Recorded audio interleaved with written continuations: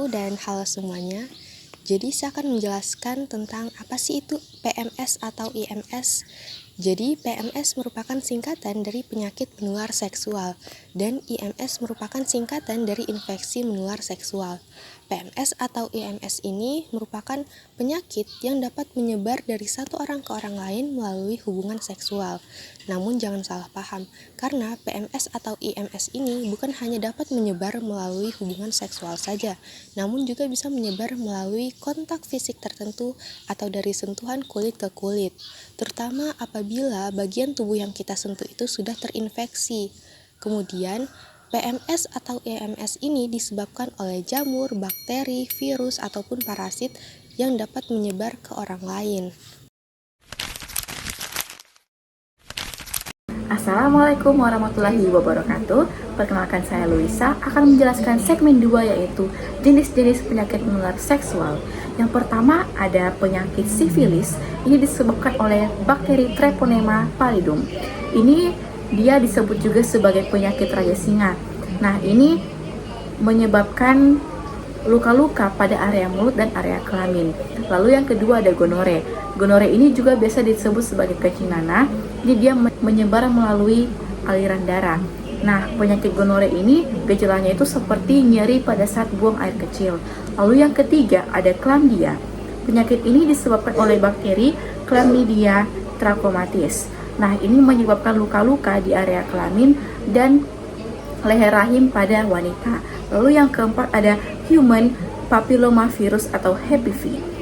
HPV ini sendiri dapat menyebabkan kanker rahim atau kanker serviks pada wanita. Lalu yang kelima ada HIV. Nah, penyakit ini sangat sering kita dengar. Ini menyerang sistem kekebalan tubuh.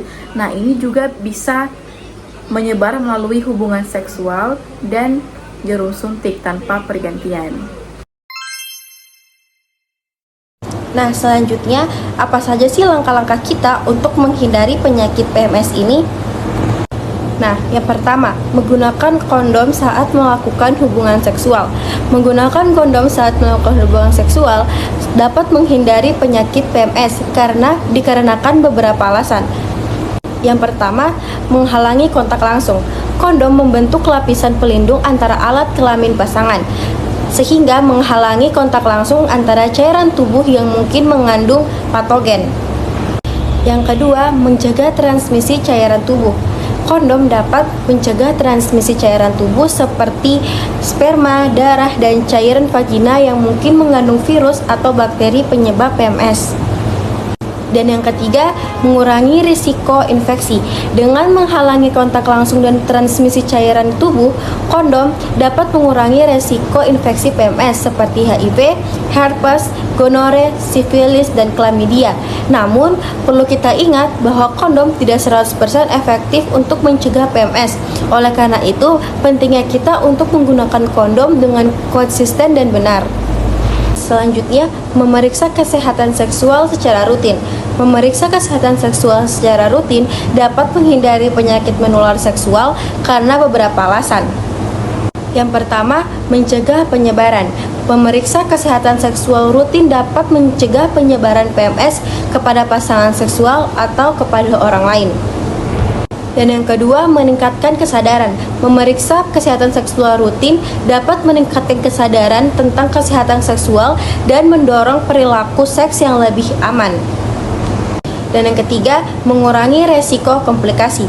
Memeriksa kesehatan seksual rutin dapat mengurangi resiko komplikasi PMS seperti infertilitas, keguguran, dan kanker. Nah, beberapa contoh pemeriksaan kesehatan seksual yang dapat dilakukan secara rutin adalah tes HIV, tes sifilis, tes gonore, tes chlamydia, tes herpes, dan pemeriksaan pap smear. Ini untuk wanita. Penting untuk kita ingat bahwa pemeriksaan kesehatan seksual rutin harus dilakukan oleh dokter atau tenaga kesehatan yang terlatih dan berpengalaman.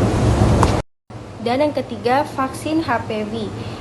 Vaksin HPV atau Human Papillomavirus adalah vaksin yang dirancang untuk melindungi terhadap infeksi HPV yang dapat menyebabkan kanker serviks atau infeksi lainnya.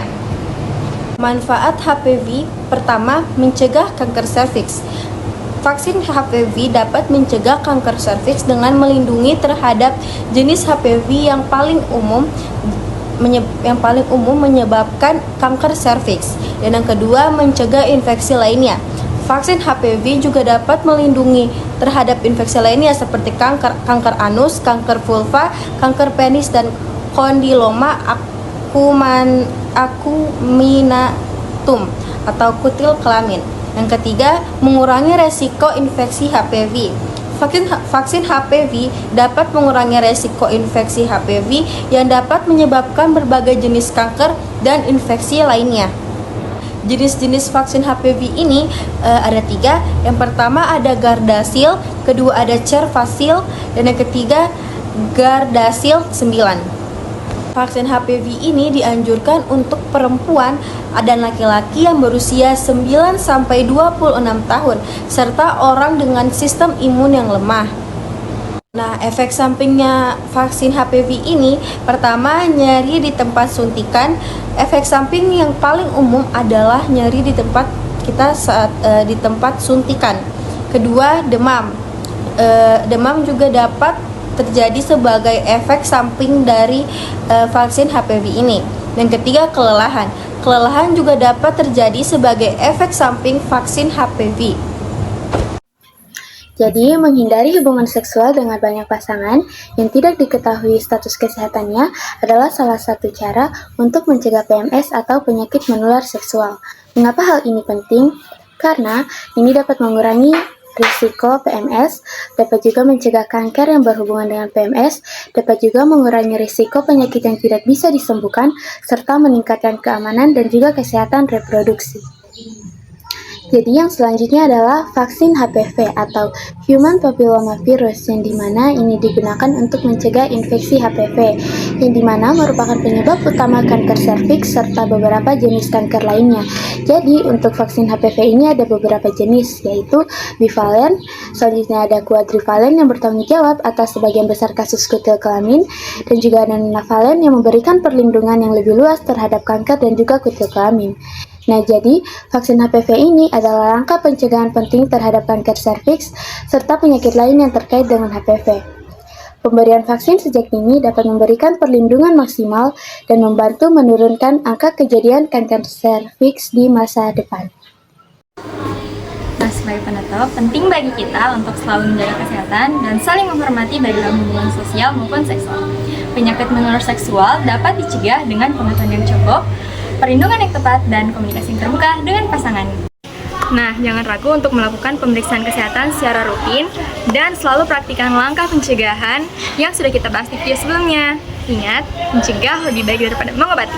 Semoga video ini bermanfaat untuk kita semua dan dapat meningkatkan kesadaran kita untuk menjaga kesehatan seksual.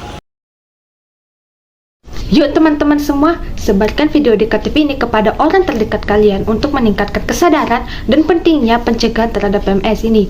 Mungkin banyak orang di sekitar kita yang belum paham mengenai PMS ini. Dengan video edukatif seperti ini, maka mereka akan mendapatkan informasi yang akurat mengenai PMS ini. Bagi teman-teman yang ingin melakukan tes atau vaksinasi PMS, bisa mengunjungi puskesmas, klinik kesehatan, atau rumah sakit terdekat.